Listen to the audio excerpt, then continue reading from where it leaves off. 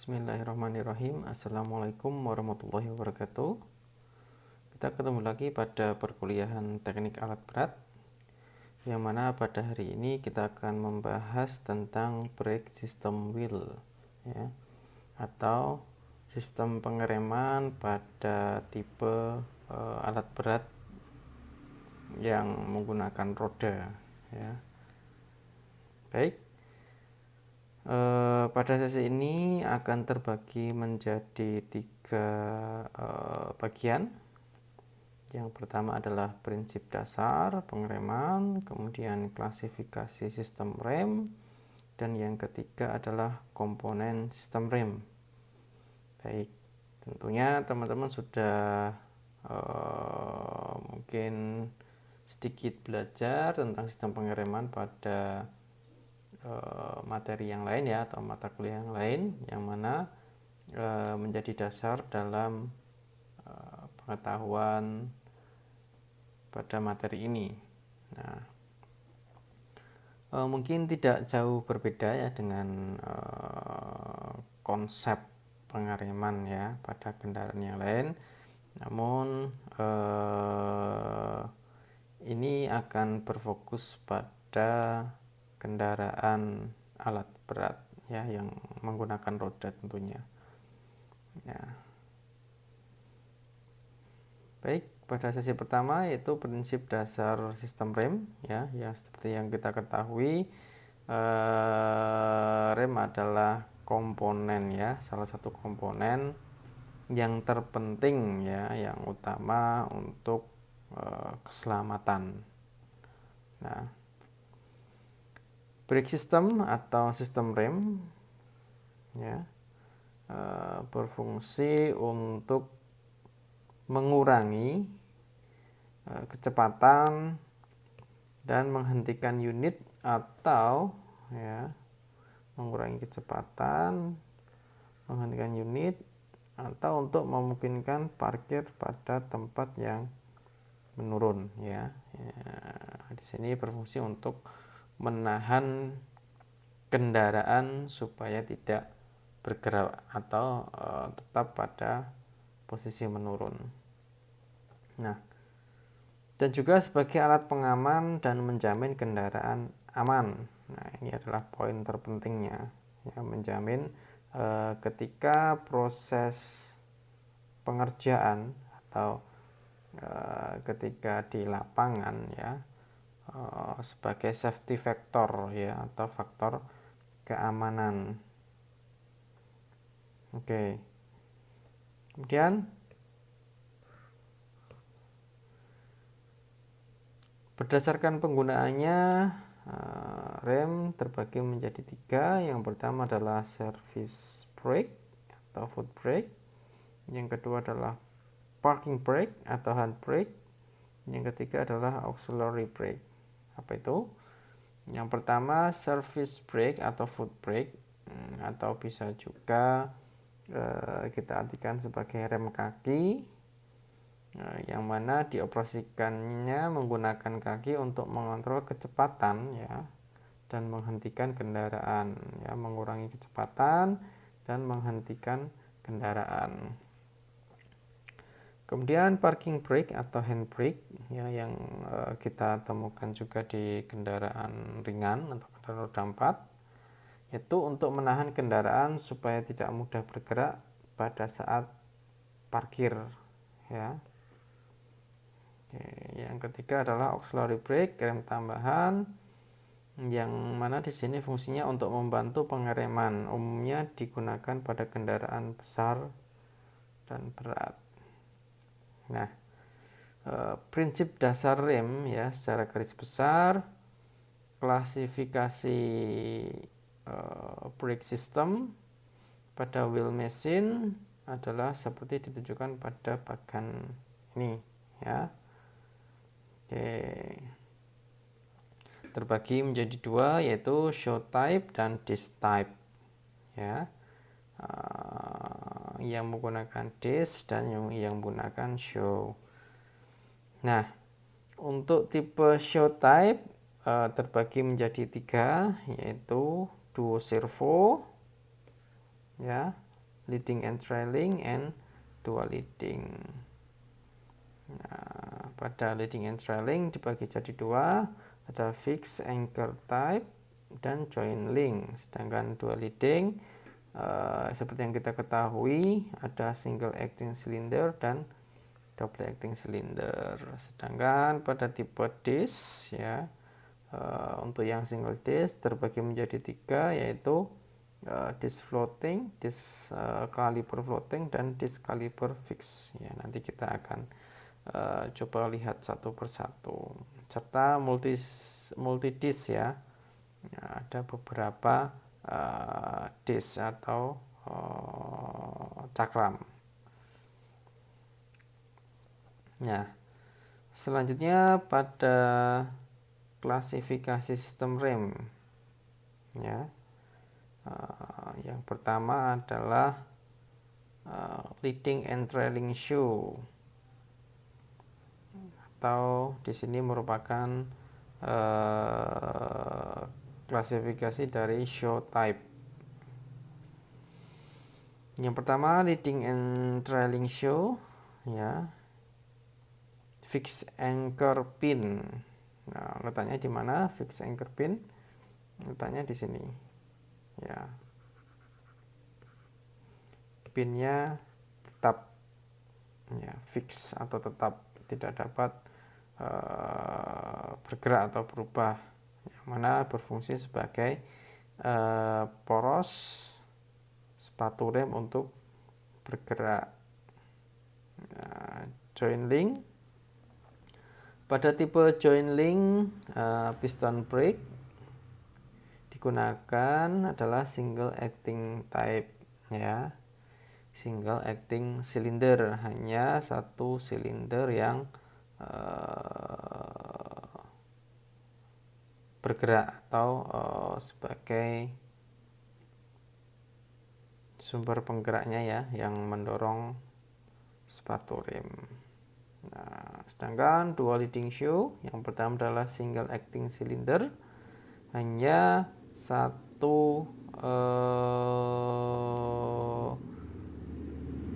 satu bagian silinder yang berfungsi atau yang bergerak mendorong sepatu rem. Kita lihat di sini desainnya ya, di sini. Di sini. Nah, sedangkan kita lihat efek pengeremannya, ketika terjadi pengereman maka silinder akan mendorong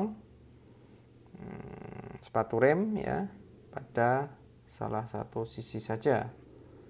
Nah, di sini. Nah, dan garis putus-putus ini adalah efek daripada pengereman yang terjadi. Oke, yang kedua dual leading shoe dengan double acting cylinder, yang mana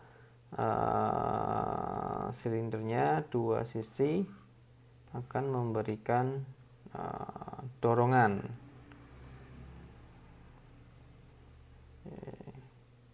Nah, dan ini adalah efek pengereman single acting cylinder. Double acting ya di sini. Double acting cylinder. Ya. Nah, sedangkan pada tipe dual servo, silinder yang digunakan adalah tipe double acting, dan sepatu rem sebelah kiri dan kanan dihubungkan satu sama lain dengan adjuster. Nah, di sini ada adjusternya. Yang digunakan adalah tipe dual servo ya, atau dual acting cylinder. Nah, kemudian efek pengereman yang terjadi seperti yang kita lihat pada gambar ya, di sini lebih merata sepatu rem ya pada saat penekanan ya, atau acting dari silinder. Nah, kemudian pada disc type ya, atau cakram ada single disc dan multi disc. Seperti yang kita ketahui ya, bagian-bagiannya ada disc atau cakram, kemudian brake pads ada di dalam sini ya, ada dua sisi, kemudian kaliper dan inspection hole ya, lubang inspeksi, yang mana bisa kita gunakan untuk melihat posisi dari kaliper dan brake pads. Nah,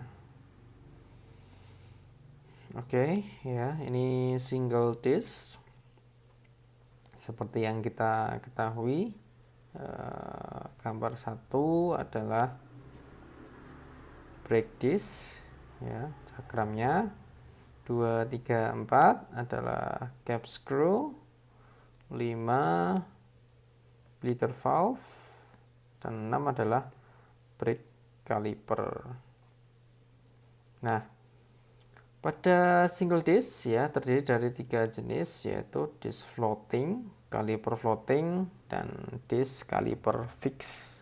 Nah, coba nanti teman-teman saling diskusi ya.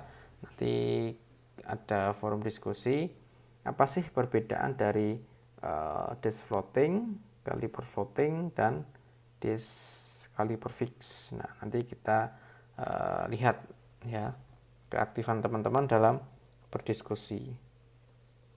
Nah, sedangkan multi disc ya, pada rem tipe multi disc komponen utama terdiri dari disc terpasang pada bagian yang berputar, ya, plate terpasang pada bagian yang tidak berputar, sedangkan piston terpasang pada bagian yang tidak berputar. Ada beberapa disc ya yang digunakan untuk sebagai media pengereman.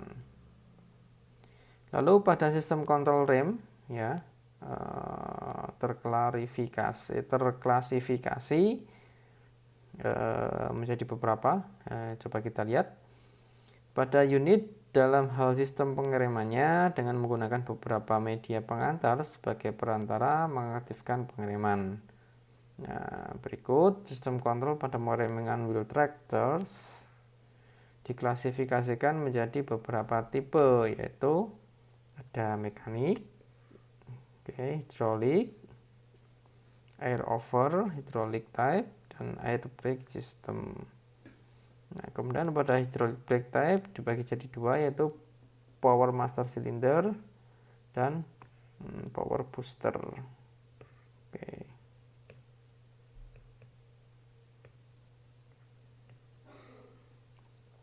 Nah, kemudian mekanik type ya atau tipe mekanik. Di sini kita lihat ada model ya, gambar ini gambar brake pad pada mobil otomotif ya, ini sebagai contoh saja.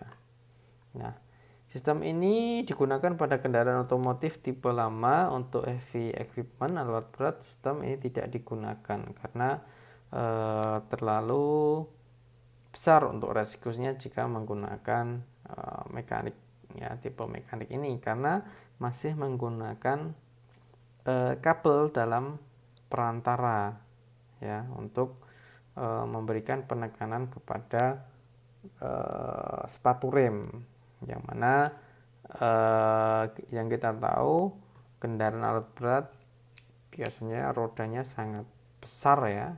Nah, di situ perlu pressure yang tinggi tentunya untuk memberikan tekanan ke sepatu rem.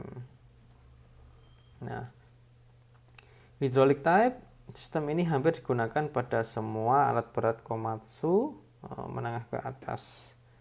Ya, tipe ini tenaga yang dipakai untuk mengembangkan posisi brake shoe atau untuk menekan disc agar terjadi pengereman. Jadi menggunakan media hidrolik ya, untuk memberikan tekanan kepada sepatu rem atau disc brake.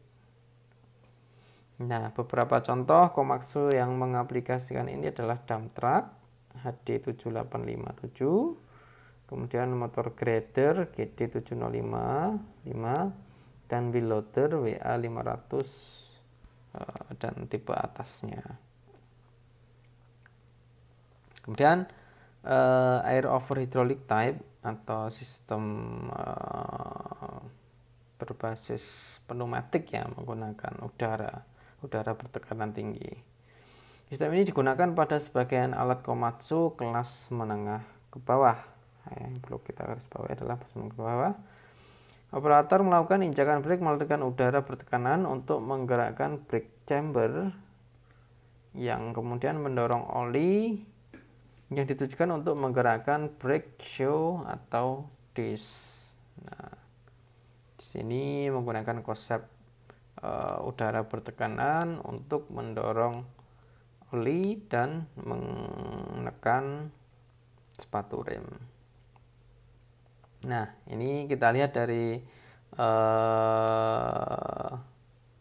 diagram full pneumatic ya. Di sini ada 16 komponen.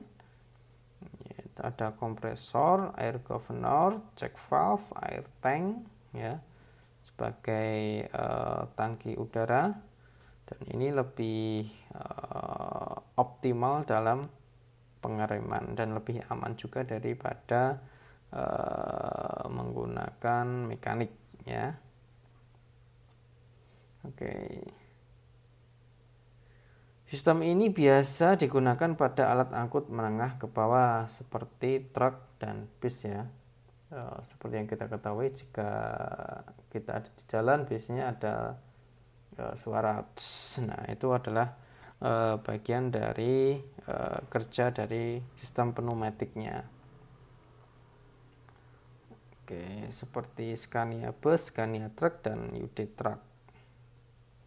Nah, baik, mungkin dari sesi 1 dan 2 silahkan nanti kita diskusikan di forum diskusi. Untuk pertemuan depan kita akan lanjut atau sesi ketiga dengan materi komponen sistem rem. Oke, selamat belajar. Untuk sesi diskusi silahkan dilihat pada kolom sesi diskusi ya. Nah, nanti teman-teman silahkan berpartisipasi dan keaktifannya sebagai tanda kehadiran pada perkuliahan ini ya. Jika ada pertanyaan silahkan sampaikan di diskusi, nanti kita bahas bersama, dan sampai jumpa pada pertemuan selanjutnya. Oke, terima kasih. Assalamualaikum warahmatullahi wabarakatuh.